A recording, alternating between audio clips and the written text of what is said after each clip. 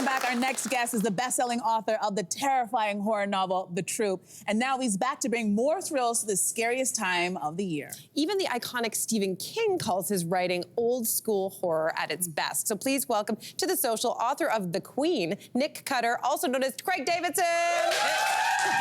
Thank you. All right, first of all, thankful that you're here, but I'm not sure what to call you. Should I call you Craig, because that's your government, but then in the book, you call your pseudonym is Nick Cutter. That's right. So why did you choose to go with Nick Cutter? Well, my son's name is Nick, and so I thought it would be a nice honorific towards him to name my gory horror novels after him.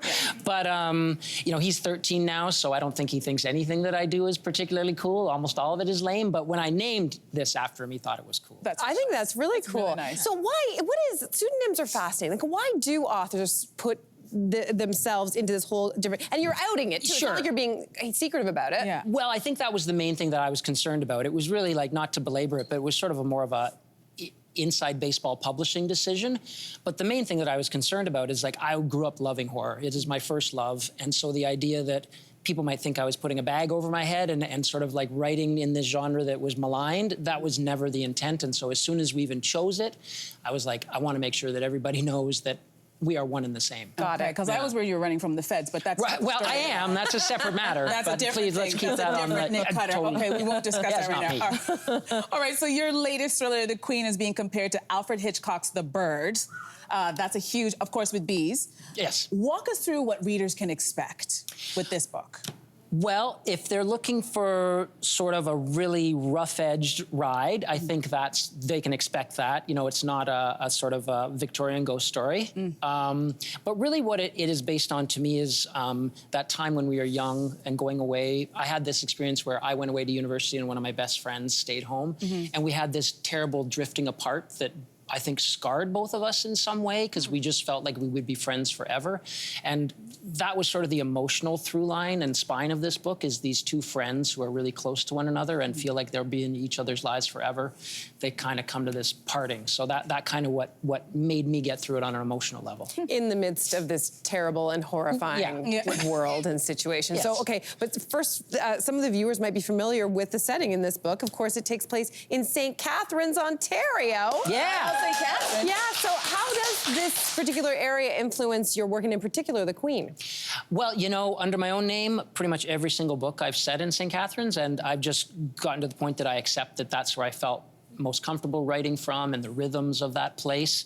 And for me, the two main characters in this book are teenagers. So, you know, I went back to St. Catharines, not very far away, obviously, but walked my old school and sort of had, even smelling the floor polish, took me back to, as best I could, to that time in my life. And then I cracked out some of my ancient old yearbooks and leafed through them. And, you know, it was bittersweet because, you know, everyone's so young, right? But I think in terms of, like, actually being able to pull myself back sort of in an aesthetic sense to myself as a teenager, it really helped to be that close to home and to go home. Yeah. Well, a lot of your friends may not know this, but you actually had an amazing career as a literary novelist, right? And then under your real name, Craig, not hiding from the feds at that point. And then you made that turn into horror. Yeah. What made you want to get into that genre?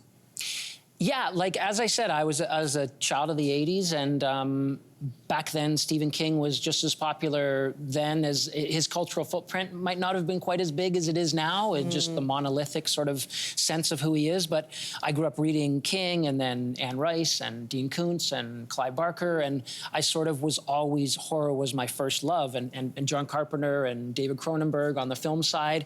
And so when I had the opportunity to sort of, I had an idea that popped into my head that, let's say, it did not have a lot of literary trappings. Okay. It was definitely going to be down the horror sphere. And I sent it to my agent, expecting him to say, lose my number, basically. But no, thankfully he said, no, we can do something with this, and it's given me this next decade of my life and career. Wow. I'm a huge horror fan, and I grew up reading Stephen King. And reading your book last night, we were thrown in the deep end, as I was saying to you, with these. It's very horrifying. It immerses you fast. It immerses you fast. Right. So, but you know, what do you think, if you were giving tips to people, like, is the key to writing effective and fresh horror? Geez, there's a lot of different things. I would say focus on something that scares you, first of all. You know, if it doesn't scare you, then there's probably a hard chance you're gonna have to sort of like transmit it to a reader, and also recognize that we're all scared by different things. And I wrote a book called The Deep that was set like at the bottom of the ocean. I'm very claustrophobic. It was not a hard book to write on that level to summon those fears. My wife, for example, is not scared of that at all, but she's terrified of demons. You know, I'm not scared of demons.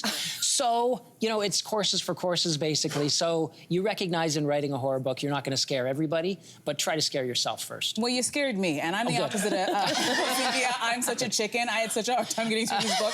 It's absolutely terrifying, and I know that the fandom around horror isn't new, but it feels like it's way more mainstream than it's ever been. So why do you think people are so obsessed with horror? Geez, I don't know. I don't get it. Well, you're not. Well, you're not the only one, but you know, I think there's this primal understanding of humans of trying to get scared. You know, and I think a lot of people it's like sticking your hand in a fire or eating spicy wings. It's like what thresholds can I go to and not go beyond? And that was me growing up. I really liked to scare the dickens out of myself, and sometimes I would go too far. You know what I mean? I think we all may have had that experience of watching a horror movie like in the afternoon, and like, that's not that bad. Then 8 o'clock, 9 o'clock comes around, you're like, oh God, why did I do that to myself? Right, yeah. The lights on. That's right, exactly. Sharing a bed with your roommate or your friend. Yeah, That's it's terrifying. You know, I love that, but I can see not everybody does. All right, so I'm curious, if you had to write a horror book, novel on the social. Right. Okay. What would it be about? How would that story go? And who's the killer? Who would be the killer? Well, we'll keep that under my hat. But I would say I would. One of the great horror tropes is isolation. You know, you take a group of people. So let's take everyone here at the social and the crew and put you guys in a cabin in the woods and have. I'm already terrified. Some kind of cabin in woods. Some kind of shambling horrors out there in the trees that you can't quite make out, and there's not enough food and there's not enough water, and we'll just see what happens next. See how close you guys really are. Well, we always know the black person always dies first. So we Craig or Nick, whatever you prefer. Thank you so much for being here. My pleasure. Thank you. Thank you. Okay, the book is called The Queen. It is out now, but studio audience, to get you all in this spooky spirit, you're all going home with your own copy today. We'll be right back. Don't go anywhere. Hey, you, come a bit closer. We've got so many more must-see interviews, spicy debates, lifestyle tips, and pop culture moments. So subscribe to our channel by tapping the logo below and don't miss out.